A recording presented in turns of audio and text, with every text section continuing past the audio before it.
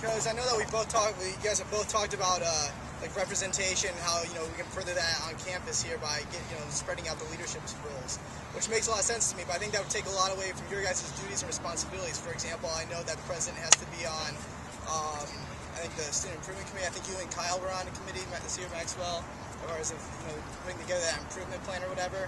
And I know that you guys have a lot of our meetings, but perhaps if Senate had individual delegates to those offices or whatever, obviously that would take away from your responsibilities, and I feel that pay, maybe wouldn't be needed, since you guys might not be spending as much time as you would normally be. So my question is, could you guys in the future potentially see yourself, maybe like working towards not having that payment for students and officers? The answer is, and many people have come up and asked me this question, I can see the day where we reduce the payment. Again, I'm sorry, clarification. I'm not saying reduce, I said eliminate. Reduce, eliminate. I can see the day when we do eliminate that position. Now, the rationale why Senate officers were paid in the beginning is because they do an exorbitant amount of work. If you ask Chandler, he does a ridiculous amount of work currently as the treasurer. However, if our duties were reduced to the point where payment is no longer rational to those positions, then I would not be objected to not receiving payment. As an alternative, I would rather at least see those funds go to something reserved to focus on the student body or provide them a new opportunity they wouldn't otherwise get, as opposed to merely putting them in the general fund. If you take away the duties of the president or vice president or treasurer, because it's just all delegated out, I think it kind of destroys the credibility of the position in a way, so that if they're not getting paid, I think it loses some credibility because they're not doing any work, and you kind of lose the point of having a president of the student body. So in that respect, even if duties are delegated off, new duties will then come to the president. I think any real life experiences like that, if something gets transferred that you're not doing anymore, you'll end up picking up a new responsibility of some kind. So maybe there would be a day on this campus where the president, either for financial reasons or whatever, would not get paid, but I don't see that happening next year.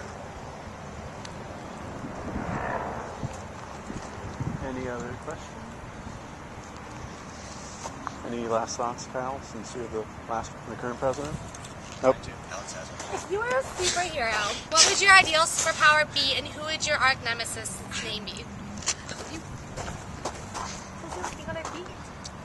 If I was a superhero, what would my superpower be? Yeah, what would the name of your arch nemesis be? Okay, so my superpower, if I would say, I would like, I think super speed. I would really like super speed as my power. I think it would be absolutely excellent to sleep in and then just run to class within a minute. My arch nemesis, what would his name be? Yeah.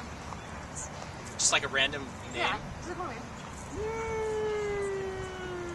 My arch nemesis would be Kyle. If I could have any superpower, it would probably be able to read minds, because I think that there's a lot of people that are trying to be deceitful in this world, and I'd like to be able to see through that. And my arch nemesis would be named Meatballs. Okay, I do have another question for you guys. Dave, in your opening statement, you brought up the fact that you've talked with Chartwells about food services on campus. So the question to both of you is, what is currently wrong with the way food services on campus, and how would you change it in your time as president? One of the big issues right now is Izzy's. Walter and I talking yesterday, he said that when Izzy's was first opened, it was kind of a cash-only place. And then when Chartwells came, they started the meal exchange program, and the number of customers went from 100 to 500. And the space just really isn't big enough to serve that many people. So he's been talking to designers and architects to see if there's something different that they can do with that space. He's kind of already started that stuff, so it might be able to happen under my tenure. How much influence I might have, hopefully maybe he could go to me to then go to the student body about what kinds of things they want to have served in there, whether they want to change it to more of a pizza kind of place or keep it subs, something like that. But Izzy's, I'd say, is one of the big issues. Also, getting the most value that we can for our meal plan is a big one. I don't like losing meals, and they're going to try and offer more meal plans next year at the request of the Student Senate from this year that if you pay just a little bit extra at the beginning of the year. You can use your meals whenever you want throughout the semester and you don't lose them. I think if I had to say a dining problem that I have seen over the course of the 3 years that I've been here would be repetition. I noticed a lot of students complaining that we have the same things over and over and over again, even leftovers of something that was previously served at a meal earlier that day. So what I would propose is, while sometimes it's difficult to enact dining changes because of the contract we have with Chartwells, I would start talking with Walter to see if there's a way we can alter the internal operations of the operation that goes on here at Marietta by seeing if there's a way we can institute policies of how long can food be handed out right after it is made to where, confusing wording, at what point does food need to be taken off after it has been made? What length of time do we attach to that? Or how many meals can we allot that for? To make sure that one, freshness is ensured for all students, two, safety, which is first and foremost a primary concern, and then three, that we're also making different things, so we're not eating the same thing for lunch and for dinner.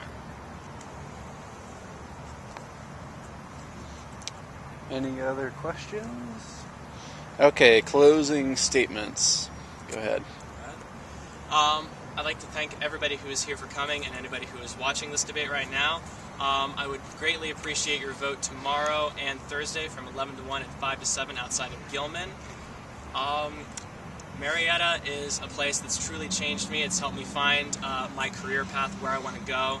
Its faculty and administrators have given me a great deal of gifts, and above all, the relationships I've made with my peers have helped make me who I am today. And so I want to give back everything that I've learned and put forth 100% into this position as student body president. So thank you for your time. Thank you to everyone who came today. Thank you to everyone who's watching online right now and writingonthemall.net. I believe I'm the best candidate because there's going to be some tough issues that Student Senate will face next year and the student body will face that will affect Marietta for the coming years, and I believe I'm the best candidate for those, whether it be with the dining halls, with academics, with campus police. I believe I have the connections to talk to the right people, to ask the hard questions, and to get the answers and the results that the student body wants here on the campus of Marietta College.